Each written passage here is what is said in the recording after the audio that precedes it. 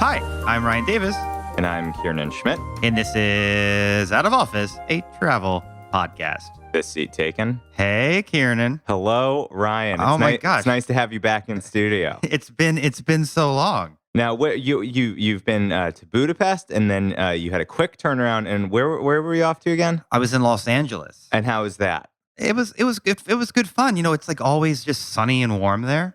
Yeah, that doesn't really agree with people of our pallor. Well, no, I mean, I got a little sunburn. Did you? I did. Yeah. Ryan, sun protection is what, especially when you're going out to that I know, coast. I know, it's I know. all sun over there. I'm a preacher of the gospel of the SPS. So, And not just that, you need it for the fire protection from the wildfires. it's I mean, true. you need it from above, Yeah, from below. All sides are on fire. I made a couple of wildfire jokes that didn't go over very well in Los Angeles. No, they don't have a good sense of humor about that they out don't. there. Too soon. It's always too soon over there, though. Listen, Ryan, we can't go too far into LA. We probably should do a future LA episode. So much good food out there. There's good food. There's good art. I mean, it's a real town. But listen, I need you to take off your fashionable LA jeans, put on some dungarees, and maybe a Stetson hat. Maybe carry around a guitar on your back, because we are heading to Nashville today. Music City, USA. Well, we've had some debate on the show as to whether I do think it is Music City, USA, and I think Detroit is Motown. That's Motor Town, right? Like, does Detroit also have a music? I feel like they have a music nickname. Yeah, yeah. I mean, Detroit. But if you Google Music City, Nashville comes. It's Nashville. You know. Okay. So we're going to Music City, USA, Nashville. I know you up in Boston, we like to think of ourselves as Music City, but it's more like classical. It's a little more like orchestral chamber music. Right. Yeah, I don't think anyone thinks of Boston as Music City. Well, I sing an awful lot. But just Ryan, boys choirs, I think, is pretty much what Boston's known for.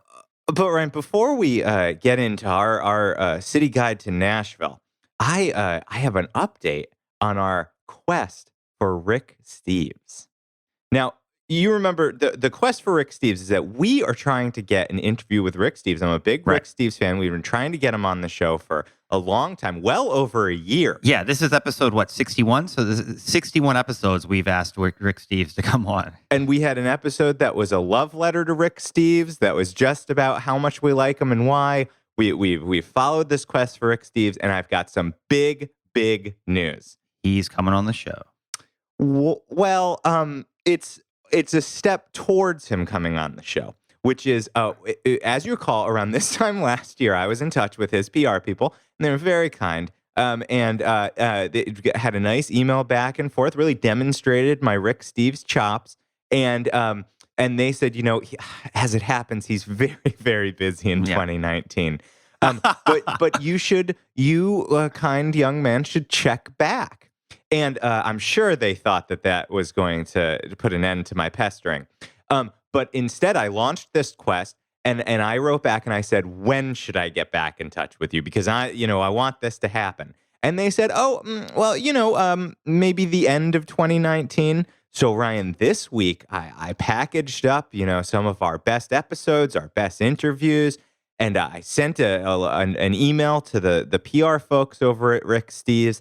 And it's over and it's in their court, and we are just sitting here waiting with this seat open in studio. It's the Rick Steves seat.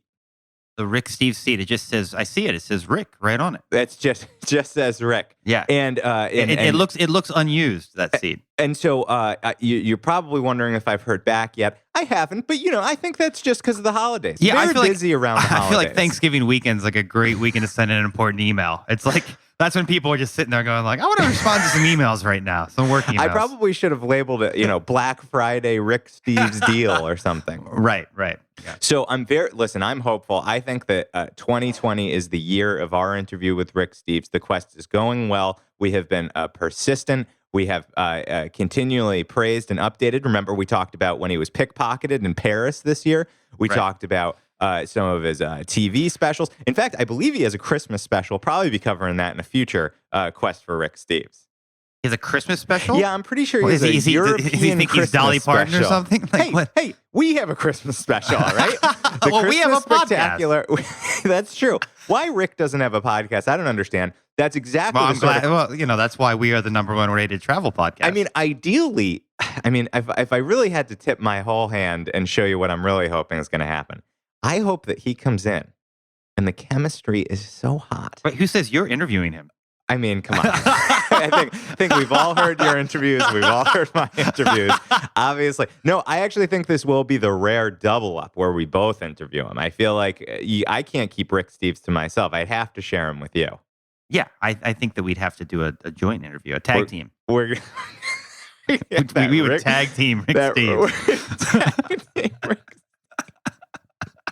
Well, I won't be sending him this episode, but listen, he listens, so you don't need to send him the episode. There are going to be frequent updates in the weeks to come as we approach the January 1, 2020, and maybe, my fingers crossed, we are going to have an interview with Rick Steves tucked into our stocking on Christmas Day, and we can reveal it on the big Christmas Spectacular episode.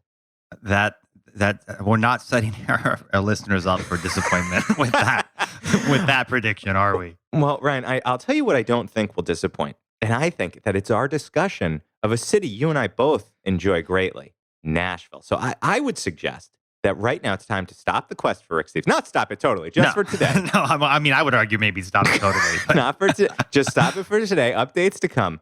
And it's time to take off. Flight attendants? Flight attendants, prepare for takeoff, please. All right, Ryan. So sometimes we approach these city guides, these location guides, as we're going to give you 5 things that you got to do here, 7 things you got to do here. Here, I think we have more kind of categories that we want to talk to. So I'm going to suggest that we just discuss place by place, kind of the major features that you want to check out when you're in Nashville. And, I think you and I each, maybe we have some conflicting takes. Maybe we have some takes about things you can skip, things that you must see that you might not expect. Right. And what is your Nashville experience? I've been to Nashville. So I've been to Nashville. Nashville is one of my family's vacations. We went on like 3 total vacations in my childhood life. Oh, wow. So this goes deep to your southern roots, your southern Maryland roots. Yeah, there is a somewhere in this world a tape of me singing karaoke from the Grand Ole Opry. I've got friends in low places at age 10, right before my voice broke, and I could still hit that, hit those sweet Garth notes. Absolutely. Yeah, and if we can ever find Castrato Ryan. If we can ever find that recording, I think we should definitely bring it on the podcast. We've been trying to find it for years. The whole family is on the hunt. So if any listener out there knows where to find my recording of Friends in Low Places from 19, let me know. Wow. Well, that does go deep. So how many times have you been in Nashville in total? I think I've been to Nashville 4 times. I just recently went for the 4th time with some friends for a weekend. So you're more the expert. I've been there for a few days. It was around a work trip, but I built in vacation days around it. And, if I had to brag, just because you're asking, I was there to meet with Al Gore. And so I went to Al Gore's house, which is right in Nashville. That's where he lives. That is not on the tourist list because he wants to be left alone. But just look for the big solar panels and you'll probably find it. So sitting next to the private jet. So I had a little work with Al Gore. And then, it's like you and I sometimes talk about if you're able to kind of combine a work trip with maybe being able to see some of the local sites. So I got out to the honky tonks, got out to a lot of the sites we're going to talk through today, got some great food. And, I feel pretty qualified to talk about Nashville. Yeah, no, I think that you are. I mean, having the vice president's approval in Nashville is, when I was in Nashville, I didn't meet with Garth Brooks. I tried, but they told me that it was like it's like you and Rick Steves. Even with that soprano Friends in Low Places, he would have loved that. Now, of course, Nashville is the state capital of Tennessee. Yes. Yeah. I could see in your face that you weren't sure that was totally right. I know that's totally right. Yeah. And so maybe we should start with one of these off the beaten path destinations you might not expect, which is you can visit the state capital of Tennessee. I like checking out state capitals when I'm in a state capital. The buildings, the government buildings in Nashville are especially gorgeous. Whatever period that they designed them all, they have that very old school like DC Greek kind of feel. Yeah, that's right. It's sort of a classic Greek architecture. It's very imposing looking. Yeah. It's up on a little hill. And the construction of it began in 1845, and it took 14 years and was largely built, as I'm sure you could guess, by convicts and slaves. Really? Yeah. So that's one of those pieces of history that you want to consider when you're looking at a beautiful building, that, there are blood on those stones. And Ryan, unlike a lot of state capitals, I would say this isn't a state capital that you absolutely have to get inside to see what there is to see. But hidden away on the grounds of the Capitol building is a presidential tomb. So you know that I think you got to search that out, especially if it's a nice day, which is U.S. President James K. Polk is buried right there. It's got a nice little pavilion there that you can visit. And it's because he was governor of Tennessee. He was. Yeah, before he was president. Right. That makes sense. So he's buried on the grounds at the state capitol. And there's blood on those stones. What's kind of weird about it, though, was that he was originally buried at his Nashville mansion called Polk Place, as was his wife. And then they disinterred him and moved him. She called it Polk Place too, right? Yeah. They were buried there, and then the Tennessee, the state, disinterred them in 1893, and then plunked them down in the Capitol. So I guess they wanted to the Capitol wanted to claim their presidents, keep them close at hand, not keep them out at Polk Place. Though I think Polk Place, good name for like a food court. Yeah, good name for a food court or a bordello. And Polk, I mean, he's one of these presidents. I feel like maybe not the best reputation, but he's right in that meaty middle. When you look at rankings of presidents, he's usually like somewhere in the 20s. Yeah, I know less about Polk than most presidents. Like I've never read a Polk biography. No, I haven't read a Polk biography either. But that would be a really interesting podcast episode where you and I read a Polk biography and then talk about it from a travel perspective. Well, the primary thing I know about Polk is that he was the kind of reason that we went to war with Mexico. He really kind of arranged the pieces on the chessboard to get America to declare war in the Mexican-American War. So any president who starts a war, that's puts you lower on my list, particularly because he really wanted in that war. He wasn't just doing something that he absolutely had to do. And you know what future president railed against that war during his one term in Congress? Abraham Lincoln. Who's that? Oh, God. Lincoln, just always delivering. Always on the right side, yeah. But from the Capitol, once you've taken in Polk, I think that it might be a good time to go maybe even further back in history and see another great... I mean, we said that, that it's got this kind of Greek feeling about it, the Capitol building. Well, if you really want to double down on the Greek feel, you've got to check out the Parthenon in Nashville. Now, how did a Parthenon get built in Nashville?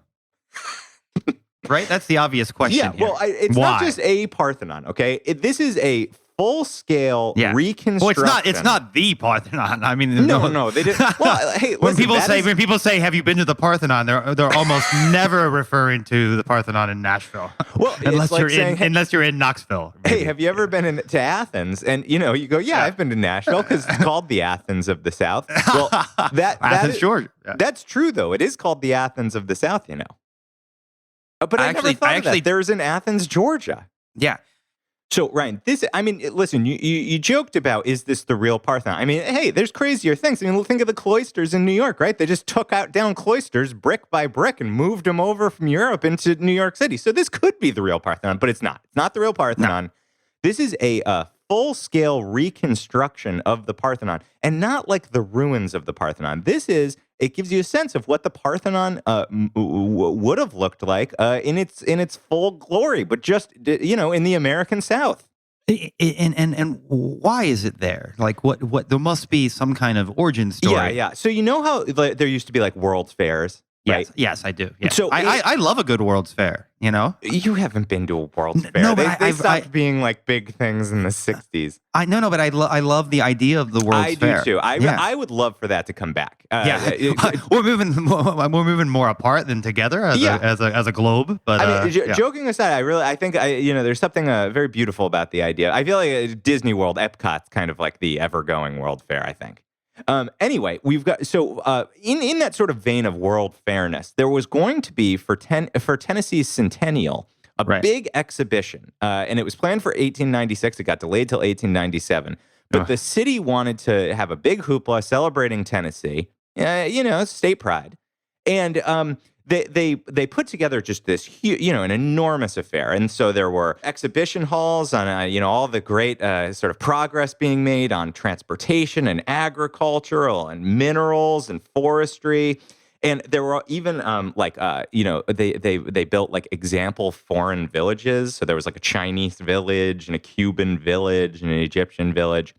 And one of the kind of like most grand of the investments built was this Parthenon recreation. And so it's been around since 1897, but it was never meant to be like a permanent structure. It was made out of just like plaster. This is the exact same story of the Eiffel Tower, right? It was not meant to. It was built for the World's Fair. Was not meant to be a permanent structure. I mean, sure, but the Eiffel Tower was made of like metal. Wait, so it's still made of plaster? It's just like this is not a recreation of the Parthenon. This is like a like a Fair child's point. project. Yeah, exactly. Yeah, it's made to look like right. It's the fine American. stone. It's the American version. No, it was made of wood and plaster, and it really started to fall apart, but was still standing in the 1920s. And then the city came together and they said, you know what? We like this Parthenon so much; it's so popular among Nashvillians that we're gonna make it permanent. So they invested in the construction of it, and they made it permanent, and you can visit it today. And on the bottom floor is like a rotating art gallery, and they have an exhibit about that centennial, and they've got some great photography of like kind of the Parthenon over the years. And upstairs, they have what is probably the most interesting thing that you can visit at the Parthenon, which is a 42-foot tall Athena statue. So, this is a statue that they think would be like the sort of statue that you would have seen in the Parthenon in Greece. Yeah, it is still a pretty strange. I mean, how did they make the connection to build this in the first? Like, why the Parthenon? So, Ryan, it goes back to that. Tennessee was trying to claim this Athens of the South title. Right. And so that was the inspiration. Right. So they have this massive Athena. Well, it was, a little on the nose. The Parthenon is in Athens. They were trying to claim Athens of the South. So they said, well, that's Athens, and they have a Parthenon. So maybe if we get a Parthenon and we build an Athena, everybody's going to start calling us the Athens of the South, like we're calling ourselves that. Yeah.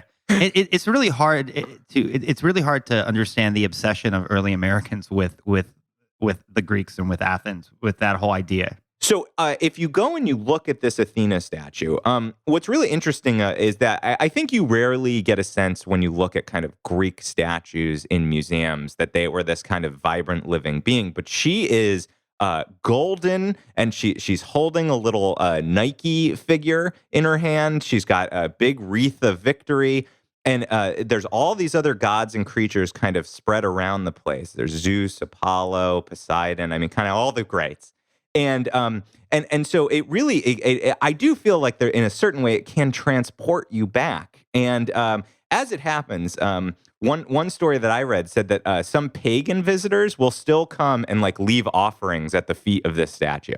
And Ryan, not only is there the kind of Athena statue inside, but as you enter and exit, how these great monuments in the Greek world had like the pediments, the structure just below the roof where they just filled it with statuary. Right. Yeah. And we're used to seeing it broken down. So I think of the Elgin marbles in the British Museum, but here they are fully restored. So this looks like Greeks would have actually seen it when they were entering the Parthenon. Not broken down, but well kept up, vibrant, telling stories, and complete. So I think this Parthenon is well worth a visit.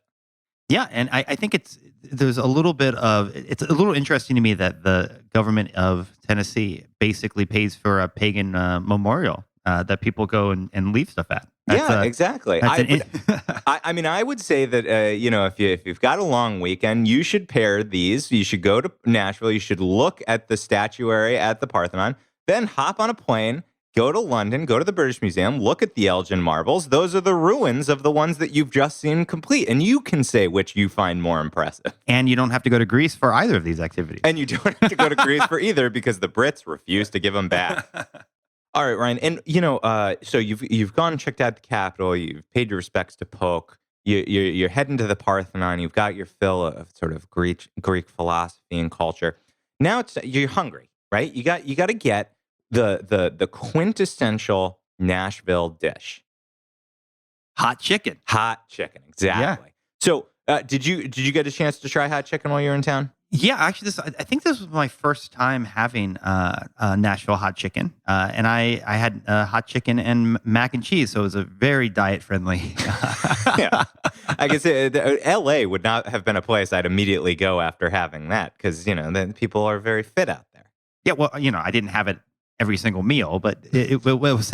I don't know. I'm looking at you. I think I see maybe a little. So I didn't little hot chicken in your neck there. I didn't think it was. Oh, God, that's true. I didn't think that it was especially hot. My dining companion is from Denmark, and so is not used to flavors or spice. And so he thought it was very hot. Well, I'm curious to know. Let's back up a second and give kind of a description of what hot chicken is. So hot chicken is a chicken dish where they prepare a chicken and they put on a spice rub that goes from kind of medium hot to insanely blow your head off. Your tongue is going to burn for days hot. Like Szechuan hot. Exactly, Szechuan hot. That's a good example, except not a Szechuan pepper. You're not going to get that tingle. The core ingredient is a bunch of cayenne, but then each of the hot chicken places around Nashville have their own specialty mix, which many of them keep secret. Sure, yeah, that would make sense. So you've got these family hot chicken recipes, and it's highly recommended that if you're going for the first time for hot chicken, that you want to start out at the lower end of the scale. Like, don't be kind of I'm a guy who loves spicy. I'm going to go all the way to the top hot, triple hot. Burn my face off hotness. Because truthfully, they do get like dangerously crazy hot. Now, it's interesting to me, Ryan. Yours you didn't feel was that dangerously crazy hot. Do you remember what level of spiciness you ordered? There were two levels of spiciness. They had a hot chicken and then they had an extra hot chicken. And I went with the extra hot. You went extra hot and it wasn't hot? It wasn't hot. I mean, I'm also like I eat a lot of like spicy food, when in Mexico. And so I'm super used to spice. So I didn't think it was all that hot. But it might have been more of a touristy place. So I'm sure that there were more like legit hot chicken that go, actually dangerously hot. Yeah, and that is a good watch out for the fact that you don't want to be taken in because hot chicken has become a staple of Nashville. You should do a little research as to which hot chicken place you're going to go to, and I've got one that I would recommend above all others, and this is kind of the home of the original hot chicken. It's called Prince's, and Prince's has a couple outlets. They did suffer a fire in their original a few years ago, and one thing that I'll include in the show notes is a great article by the New Yorker profiling the Prince family. But the story of hot chicken actually begins with this family, and it shows you how hot their hot chicken is because it was originally conceived as a punishment. So Prince's hot chicken has been in this Prince family for almost 100 years, and it's owned by a woman named Andre Prince Jeffries, who's the great niece of a man named Thornton Prince.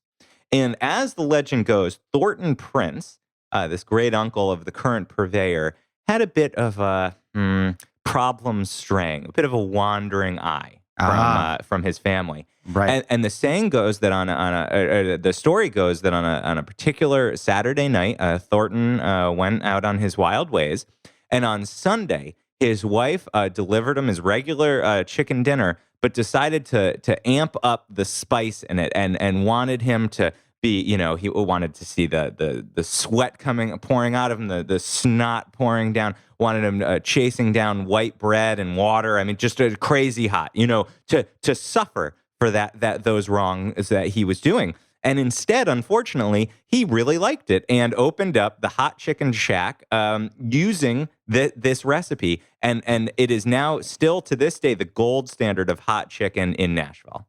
And that probably brought him even more women who are interested. The success.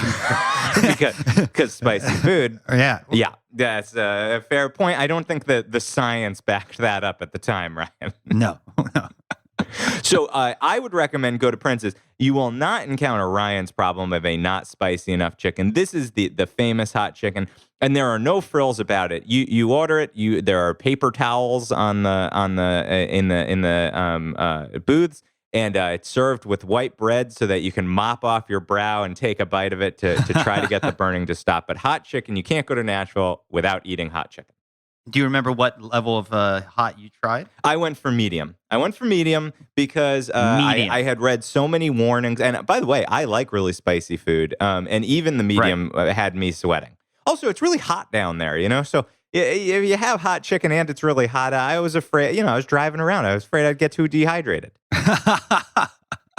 And Ryan, I know, listen, we're in Nashville, as you say, Music City, USA. We've got to talk about music, but if you will indulge me, if I could just keep, I've taken us through so many cultural touchstones. We're now fed up on chicken.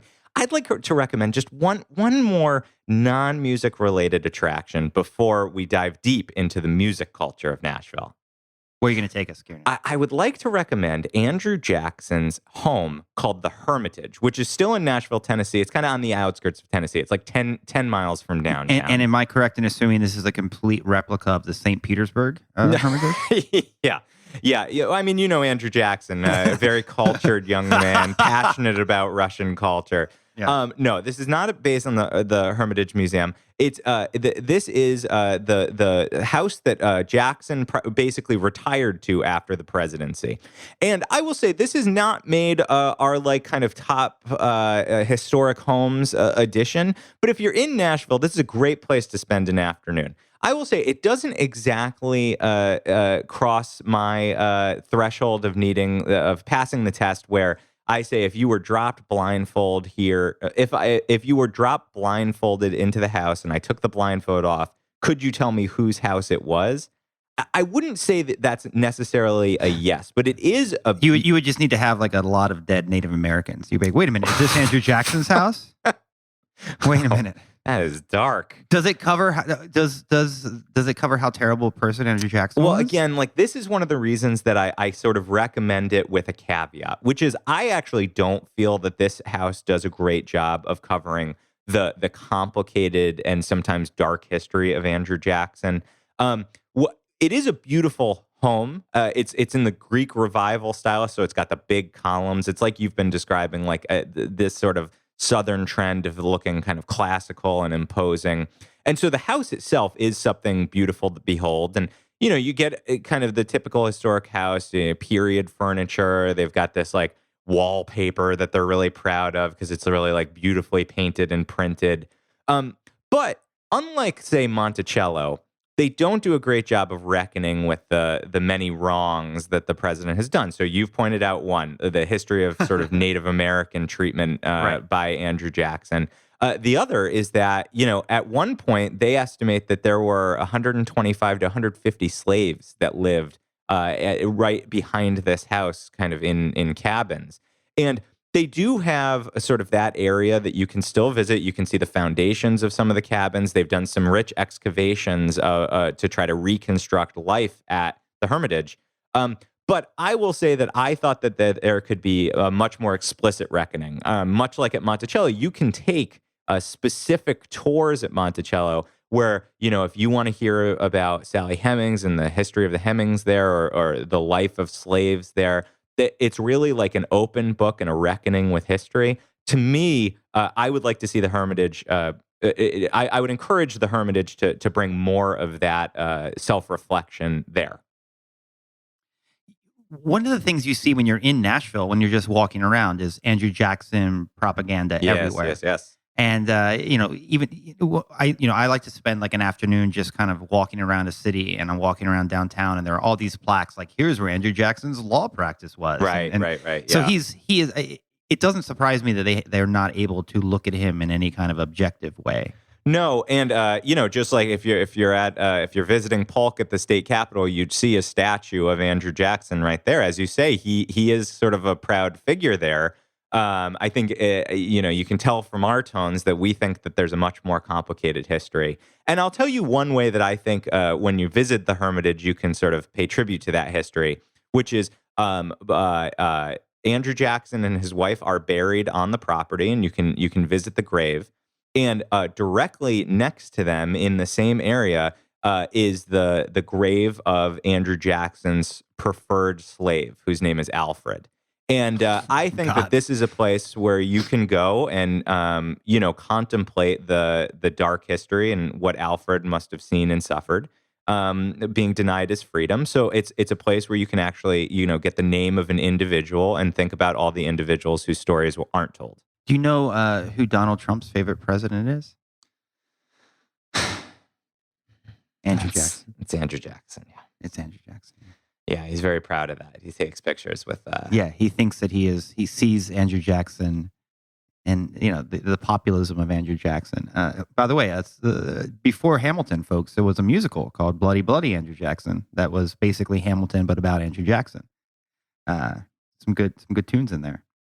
Populism, yeah. They actually do a pretty good job of reckoning with the dark history. It's far more brutal to Jackson than Hamilton is to Hamilton, right? I mean, it's not like a love letter to Jackson. No, exactly right. And Ryan, one thing to check out inside the house is this fireplace mantelpiece. As I say, like the rooms can be a little bit kind of generic at the time. You might not know whose house it is, but this mantelpiece is called the 8th of January, and it was carved by a veteran of the Battle of New Orleans, which, of course, was famously led by Andrew Jackson. And the story goes that he worked on this mantelpiece on each anniversary of the battle, January 8th, until he had finished it. And then it was sort of installed, and it was the permanent fireplace for Andrew Jackson. So yeah, that is the one piece that I think is very evocative. If you can picture the former president, the former commander, looking at this mantelpiece. Before the internet, you needed mantelpieces to remind you of your memories. You didn't have Instagram. Yeah, no, that is most definitely true. I guess the sort of headline that I want to give you is you should visit this national park site. That's right, it's a national park site. Got to plug that. And, as with so many of the great historical sites, you can have sort of contemplation about the difficult history that Americans inherit. But I do think after you visit the Hermitage, it's okay to head back into Nashville. And now, Ryan, I would suggest that we tackle sort of the number one thing people think of with Nashville, which is tunes. Let's talk about music. Music. Are you a country fan? No, you have much. I enjoy a country song, but I do feel like I grew up with kind of the pop country trend, and my family did really like country, but that particular strain of country didn't appeal to me. But when you go further back to sort of the Johnny Cash or the Dolly Parton kind of heyday, Grand Ole Opry, that kind of country, yes, I like that kind of country music. So you like old school country? Yeah, I like old school country, exactly. And I like the kind of rockabilly, honky tonk music that you can find so easily today in Nashville. Yeah, Nashville. I mean, it's hard to even if you haven't been to Nashville and you haven't walked down the street Broadway or Lower Broadway, and just seen the incredible amount of live music available. It's really stunning. I mean, there's like 40 places in a row that just have live music from morning until 2 a.m. I was walking around Lower Broadway at like 10 a.m. on a Saturday, and there were already like 15 music venues just going full. You get that 10 a.m. on the Saturday slot. Yeah, it's not prime necessarily. And you're calling out Broadway, and Broadway is sort of known as like that main that main street where kind of all those honky tonks and bars are. So it's popular day and night, days with like family and tourists, and at night folks who are going out drinking just looking for live music. Yeah, exactly.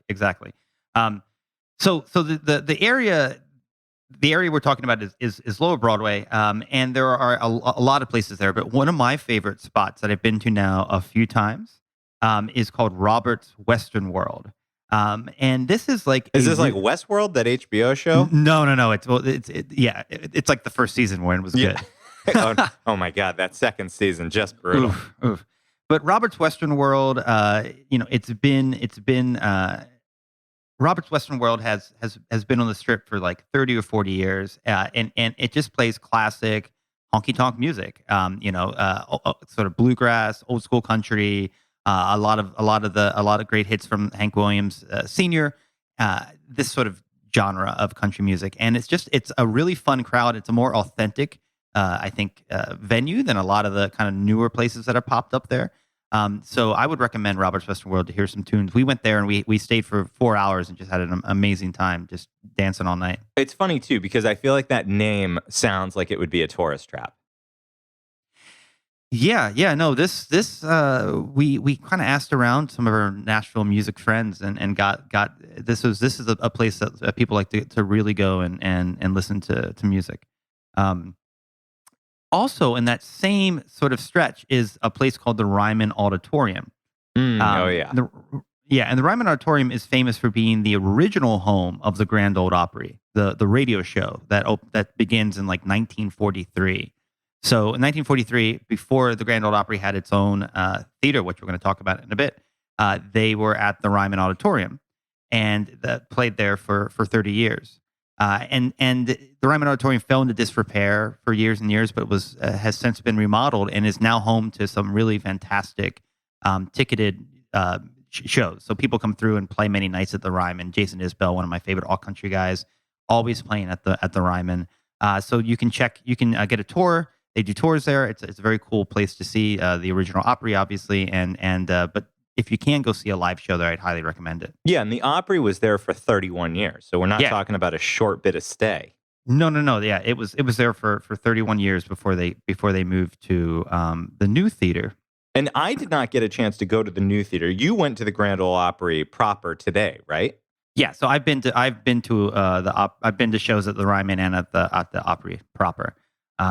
One of the cool things they did is there's the famous circle that actually people stood in on the Ryman to actually play at the Opry. Like, you stood in this famous circle where the light hit. And so when they moved the Opry from the Ryman to the new facility in the 70s, they actually cut the stage, that actual circle from the original Opry, and put that on the stage in the new Opry. So the circle is unbroken, right? It's the history from 1943 to today. You're still standing on that same piece of stage. And, for folks who are less familiar with the Opry, it's a radio show, and it's basically it's been the home of country music and kind of the introduction of a lot of famous names. And as you say, like, it was extremely competitive to kind of get on. And since 1974, it's been at the place that you can visit today as the Grand Ole Opry. And they have 3 performances a week, which is on Friday and Saturday, and then often on Tuesday nights. And so you can get tickets. You should definitely check it out. And if you have time beforehand, you should check out the Grand Ole Opry Museum, which gives you the full history of kind of the connection with the radio show. And in fact, they still broadcast those live performances in the Nashville area today. So even if you can't get in, turn on the radio in your rental car. Yeah, the Opry's a great time. I was in Nashville for a wedding a couple of years ago, and was there with a friend who is not a country music fan, but I drug him along to the Opry, and we had a great time. So you don't even have to love country music to really enjoy the experience. No, and Ryan, I think we would be, we've tackled what I think are sort of the true historical roots of country music in Nashville. Now I think we should probably talk about the kind of big commercial home of country music in Nashville, which is the Country Music Hall of Fame. Yeah. So you and I are going to say bad things about the Country Music We Hall are of going to Fame. say bad. A little bit of a preview. Yeah. But this also applies to, in my mind, these other music, like the Cash Museum. These are all tourist traps. I mean, they're both expensive and bad. Yeah, that's right. That's dangerous combination of things, right?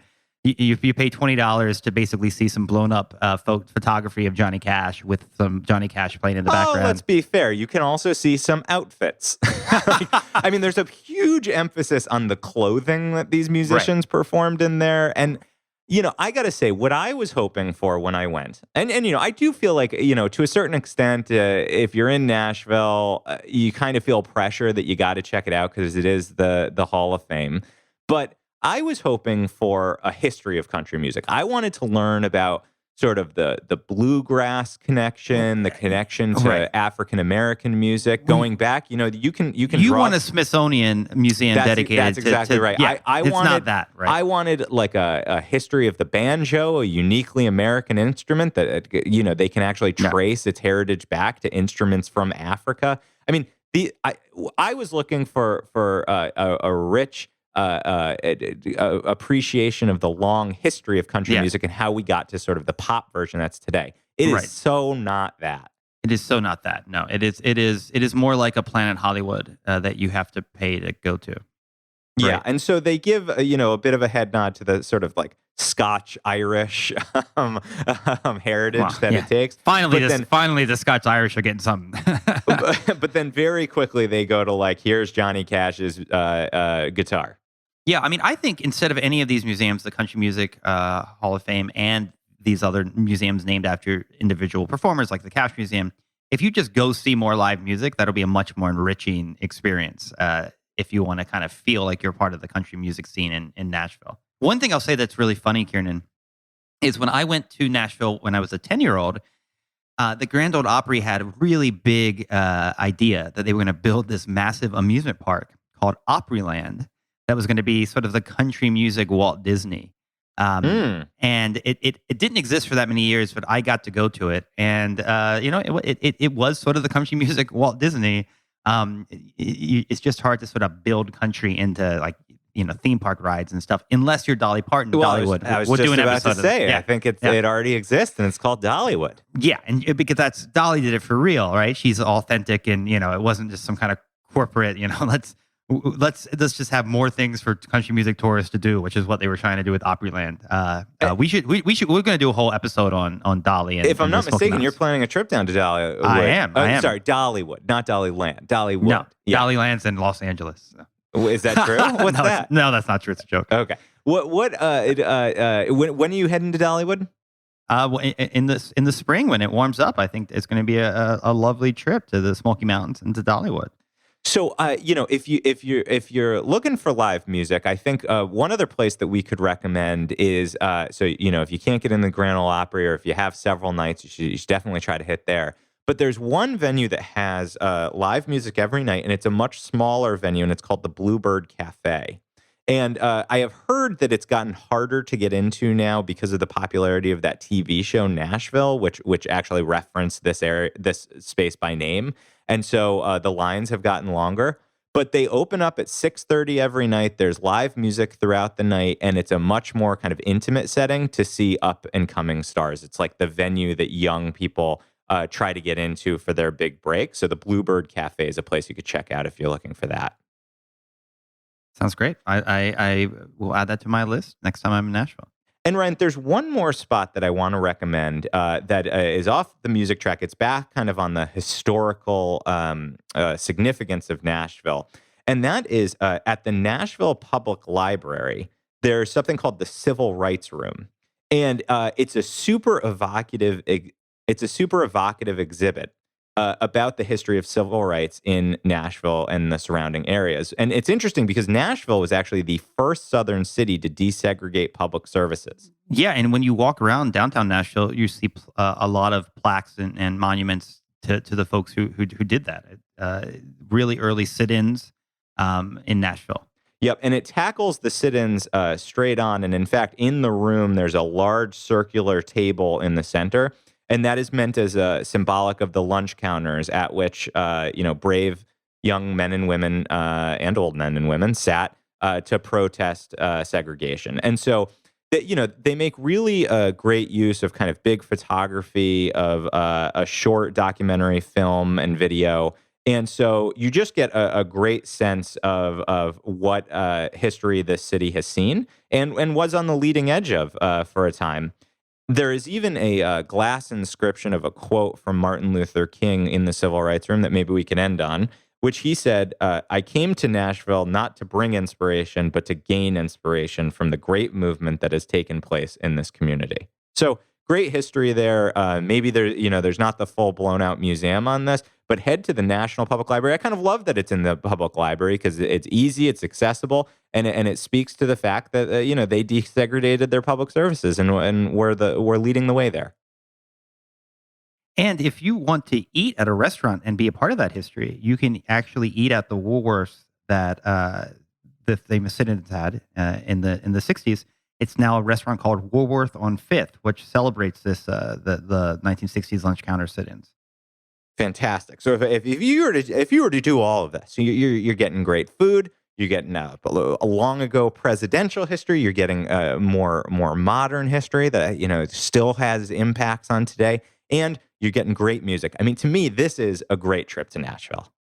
Yeah, I think this is a pretty full trip. So I think it's time for the last stop. Last stop. Ladies and gentlemen, this is the last stop on this train. Everyone, please leave the train. All right, Ryan, we're here in the last stop. This is the last segment of the show, the final segment of the show. It's your favorite segment. It's my favorite segment. It's popularly known as the People segment. And it's where we take a second. Actually, it's usually closer to 5 or 10 minutes, but we take 5 or 10 minutes to recount something that we've done or seen or traveled to, something maybe we ate or we cooked, anything qualifies as long as it's one thing. I don't want multiple things. This is the last stop, not last stops.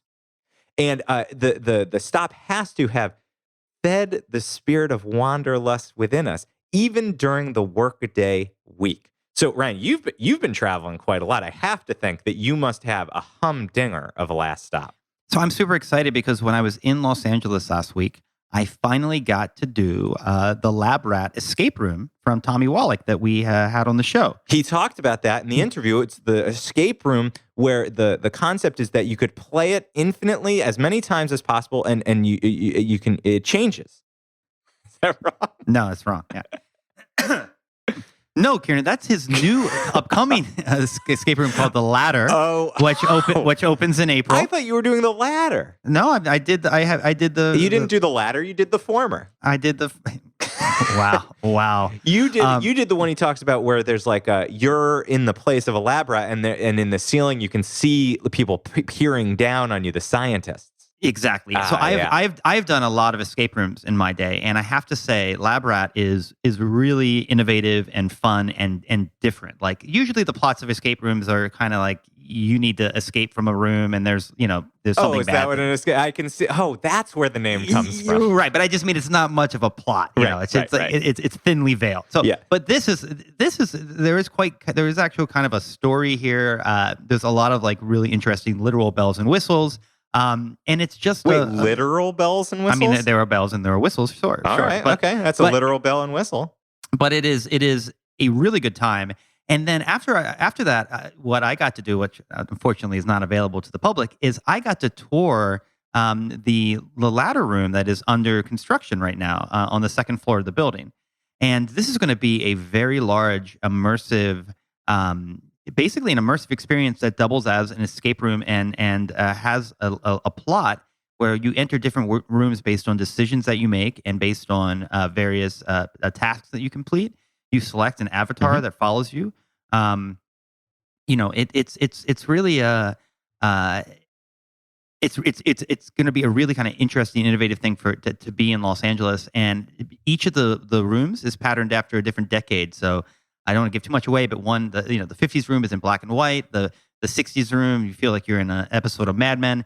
So it's really going to be, I think, visually and aesthetically like a really fun experience as well. And that's going to open in April. So I'm going to definitely report back because I can't wait to go check that out. So so my LA takeaway was had a great time at Lab Rat and looking forward to getting to play the ladder now that I previewed it. And when does the ladder open again? It opens on 4/20.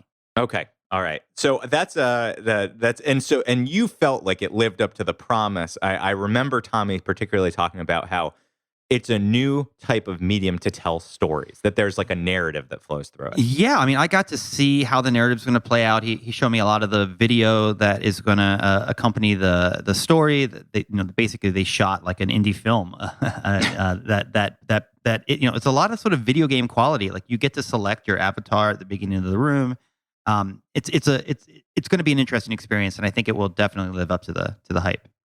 Do you have a last stop this week, Kieran? I do have a last stop, Ryan, and it's a bit of a political last stop as well, which is it's a story. I mean, we were just talking about Andrew Jackson's house. This is a story of Ronald Reagan's childhood home. I don't know. Did you happen to catch the news on this week? I did not. No. Okay, so Ronald Reagan, of course, is famous for trying to dial back the government, right? That the government's not the solution, it's the problem, et cetera, Right. et cetera. And in Dixon, Illinois, there is a small house that is his childhood home. It's been open to the public since 1984, and it's run by this small nonprofit. And for as many years, it has been rejecting the National Park Service trying to take control of it, because the National Park Service, they control lots of places. They control Bill Clinton's boyhood home, the JFK birthplace here right Sure. outside Boston, Right. And they when you give your property to this government agency, you can feel that it's going to be protected into perpetuity. I mean, as long as Right. the government holds up, as long as it's funded. I mean, God knows under Donald Trump, but I have a feeling Donald Trump would protect Ronald Reagan's house. Well, let me tell you, if anything. In 2002, there was a congressman from Dixon, Illinois, who passed a bill that authorized the National Park Service to buy the house. And the nonprofit said, thanks, but no thanks. We're good. We don't want the government to get involved here. We're living true to Reagan's sort of principles. And I bet you can guess the end of the story. They went out of business. They are massively struggling. And Right. now they are hoping that the federal government will come to the rescue and take over the property through the National Park Service. God, leave it to Ronald Reagan, always relying on a handout. You know, that guy? Just hand out to the government, give me that money, pay for my housing. What a guy. Well, Ryan, the jury is still out. The National Park Service has said once the due diligence process is completed, the National Park Service would likely begin the process of developing a land acquisition budget request through Congress. So it's not a sure thing. The Ronald Reagan boyhood home, National Historic Site, it remains to be seen whether this will be protected. So I guess we can only hope that the government comes through. We can only hope the government steps in and spends their hard-earned tax dollars to save Ronald Reagan's childhood home. Just how he would have wanted. Do you think the government funds Ayn Rand's childhood home? That would be my favorite I think the National Park Service should start an ironic unit.